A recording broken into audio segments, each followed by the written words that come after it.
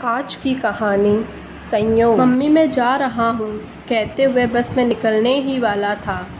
अरे रुको ना, फ़ोटो तो देखता जा, पहचानेगा कैसे? मम्मी ने पीछे से टोकते हुए कहा। अरे मेरे व्हाट्सएप पर भेज देना, मुझे देर हो रही है, फिर वहाँ से डॉक्टर से मिलने भी तो जाना है। बस 3-4 दिन ही तो बचे हैं वापस जाने में। कहते हुए मैंने गाड़ी का डोर अनलॉक किया। खाता तो रख लेना बेटा, बारिश का मौसम है, मम्मी अंदर से ही धीमे से बोली। मैंने सुन के भी अनसुना कर दिया। मेरा बिल्कुल मन नहीं था, ना किसी से मिलने का, ना शादी करने का। अभी तो नई नई नौकरी मिली थी यूएस में, कुछ दिन अपनी तरफ से लाइफ जीना चाहता हूँ। अभी तो सपने देखना शुरू किया था, तभी पता चला कि मम्मी को ब्लड कैंसर है, वो भी लास्ट स्टेज का। उनकी आखिरी इच्छा थी कि मेरी शादी देख सके। हर रोज़ कितने ही पंडितों और बिचौलियों को फ़ोन घुमाती रहती थी। आज जाके किसी से बात बनी थी और लड़की मिलने आने वाली थी कॉफ़ी शॉप पर।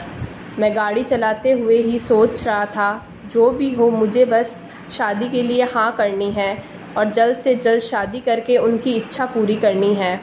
ज़्यादा समय भी तो नहीं है, शायद 2 महीने। फिर आज डॉक्टर से मिलकर अगली कीमोथेरेपी के लिए अपॉइंटमेंट भी तो लेनी है। तभी कॉफ़ी शॉप आ गई। मैंने गाड़ी पार्क की और खिड़की के पास एक अच्छी सी जगह देखकर बैठ गया। आज यहाँ भीड़ ना के बराबर थी। अभी तो वो आई भी नहीं थी, पर जोरों की बारिश आकर उसके आने का माहौल बना रही थी। सोचा कि कुछ देर मोबाइल चला लूँ, पर कल शायद चार्ज करना भूल गया था, तो वो भी बंद था। फिर मैं भी कॉफ़ी का ऑर्डर देकर चुपचाप बैठ गया। अगर परिस्थितियाँ सामान्य होती तो कितनी रोमांटिक होती ना ये मुलाकात। शायद तभी इंतज़ार भी प्यारा लगता, पर अभी बात कुछ और ही थी। उससे मिलना भी एक टास्क लग रहा था। आज के दौर में बिना कई बार मिले, बिना एक दूसरे को ढंग से जाने कोई शादी करता है क्या? फिर मैंने तो उसकी फ़ोटो तक नहीं देखी ना, उसका नाम ही पूछा और बस आ गया मिलने। अब 1 आधे घंटे में क्या पूछूंगा, क्या बताऊंगा? अगर मेरे लिए सही ना हुई तो भी मेरे पास क्या विकल्प है? यही सब सोचते हुए मैं खिड़की से बाहर देख रहा था। बारिश की वजह से सब धुंधला सा दिख रहा था, फिर भी मेरे पास कोई दूसरा विकल्प नहीं था। आप विनय जी है? एक मीठी सी आवाज़ में मुझे जैसे नींद से ही जगा दिया हो। सांवली सी, सीधे साधे नैन नक्श की शादी सी एक लड़की सामने खड़ी थी, पूरी तरह से भीगी हुई थी। कुछ भी तो खास नहीं था उसमें, वैसे भी क्या फ़र्क पड़ता है, मैंने तो पहले से ही अपनी किस्मत तय कर ली। हेलो, कहाँ खो गए आप ही है ना विनय जी? हाँ मैं ही हूँ, आइए ना बैठिए। आप काफ़ी यंग दिख रहे हैं, क्या आप वास्तव में मुझसे ही मिलने आए हैं? अब ये सवाल थोड़ा अटपटा सा था, पर मैंने कुछ कहा नहीं। जवाब देने के बजाय मैंने सामने से पूछा, क्या लेना पसंद करेगी आप, चाय या कॉफ़ी? उसने कहा, कुछ भी जो आपको पसंद हो। मैंने 2 कॉफ़ी ऑर्डर कर दी। कुछ देर तक कुछ समझ नहीं आया कि क्या कहूँ। कभी वेटर को देखता, कभी खिड़की के बाहर और कभी कनखियों से उसे भी। फिर अचानक घड़ी पर नज़र पड़ी। 11 बज चुके थे और 12 बजे डॉक्टर से मिलने भी जाना था। मैंने हड़बड़ी में उससे कहा, देखिए मुझे 1 घंटे में डॉक्टर से मिलने जाना है, आपको जो भी पूछना जानना हो जल्दी पूछ लीजिए। वो एकटक मुझे देखती रही, शायद ऐसे सवाल की आशा नहीं थी उसे। मैं भी उसे अनदेखा करते हुए बोला, चलिए मैं ही बता देता हूँ। मेरा नाम विनय प्रभाकर है, अमेरिका में एक सॉफ्टवेयर इंजीनियर हूँ, ठीक ठाक कमा लेता हूँ। मेरे पिताजी बचपन में ही एक दुर्घटना में चल बसे थे। मेरी माँ को कैंसर है, वो भी अब कुछ दिनों की मेहमान है। उनकी आखिरी इच्छा है कि मेरे शादी होते देख सके, बस इसलिए आपसे मिलने आया हूँ। मुझे इस रिश्ते से कोई आपत्ति नहीं है। एक सांस में ही सब बोल दिया और फिर वेटर की ओर देखने लगा। कुछ देर वहाँ खामोशी छाई रही, फिर अचानक वो उठकर जाने लगी। अरे आप कहाँ जा रही है? कहीं नहीं, शायद आप गलत लड़की से मिलने आ गए। मैं वो नहीं जिससे आप मिलने आए थे, और ना आप वो है जिससे मैं मिलने आई थी। मुझे विनय शर्मा से मिलना था, इतिहास के लेक्चरर, तलाकशुदा, 2 बच्चों के बाप। इतना कहकर वो उठी और जाने लगी। मैंने कहा, आई एम सॉरी।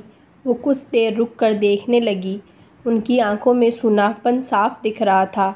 कुछ देर पहले से जो हम उम्र साथी का सपना देख खुश हो रही थी, वो आंखें फिर से निराश हो चली गई।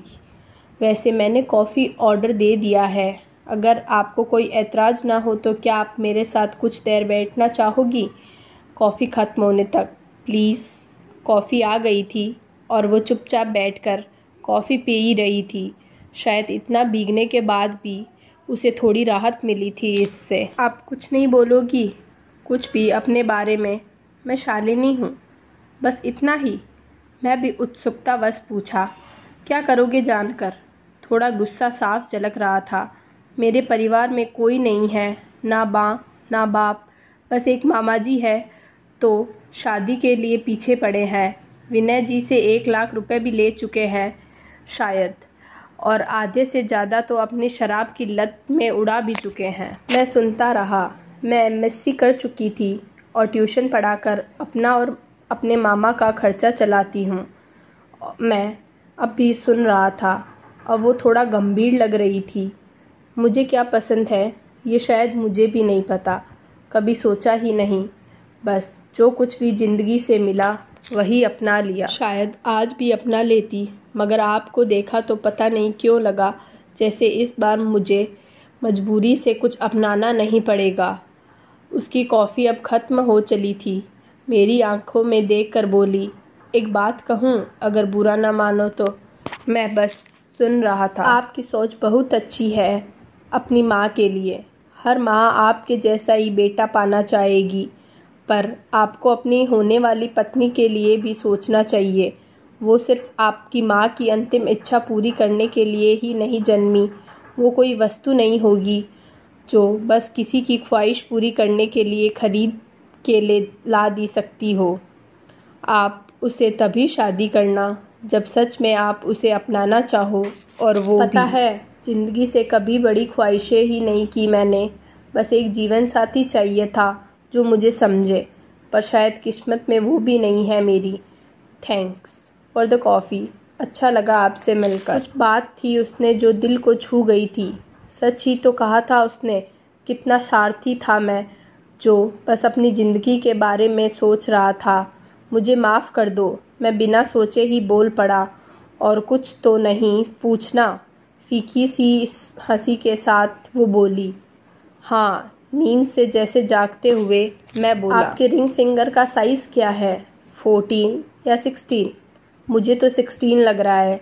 मैं सच में तुम्हें अच्छा लगा तो मैं तुमसे शादी करना चाहूँगा, और हाँ, पूरे मन से, किसी और के लिए नहीं, सिर्फ हमारे लिए। अब उसकी आंखों में शर्म से धुली हुई वो खुशी थी जो मैं कब से ढूंढ रहा था।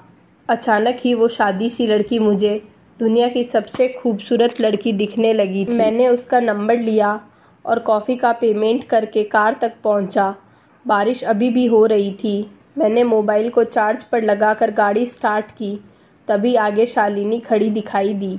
बोली, क्या मैं आपके साथ चल सकती हूँ डॉक्टर के यहाँ तक? मैं भी चाहती हूँ कि मम्मी जी की देखभाल में आपका साथ दे सकूँ। हाँ बिल्कुल, डॉक्टर के यहाँ तक ही क्यों हो, उससे आगे भी बहुत दूर तक मेरे साथ। अब भीगो मत, अंदर आ जाओ। तभी मम्मी का फ़ोन आया। अरे बेटा, तेरा फ़ोन कब से ऑफ आ रहा है? मैंने ये बताने के लिए फ़ोन कर रही थी कि वृंदा आज नहीं आ पाएगी बारिश की वजह से। फ़ोटो तो देख ली ना जो भेजी थी, कल मिल लेना। अरे रखो ना माँ, अभी गाड़ी चला रहा हूँ। और वृंदा को सॉरी बोल देना, अभी डॉक्टर से मिल के आता हूँ और तेरी दवाइयाँ भी लेता आऊँगा लौटते हुए। और हाँ, तेरी बहू भी।